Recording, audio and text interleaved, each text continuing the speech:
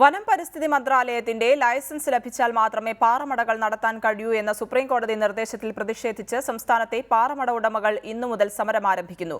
ചെറുതും വലുതുമായ 3500ഓളം പാറമടകളാണ് സമരത്തിൽ അണിചേരുന്നത്. പാറമടകളിൽ സമരം ആരംഭിച്ചാൽ നിർമ്മാണ മേഖലയെ സാരമായി ബാധിക്കും. മലിനീകരണ നിയന്ത്രണ ബോർഡിന്റെയും പഞ്ചായത്തിന്റെയും അടക്കം 5 ലൈസൻസുകൾ ഉണ്ടെങ്കിൽ മാത്രമേ പാറമടകൾക്ക് സംസ്ഥാനത്ത് പ്രവർത്തിക്കാൻ കഴിയൂ.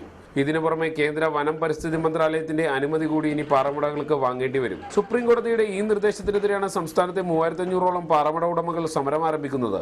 നാളെ മുതൽ മുഴുവൻ പാറമടകളിലും ജോലികൾ നിർത്തിവെക്കുമെന്ന് all Kerala quarry crusher owners coordination committee അറിയിച്ചു.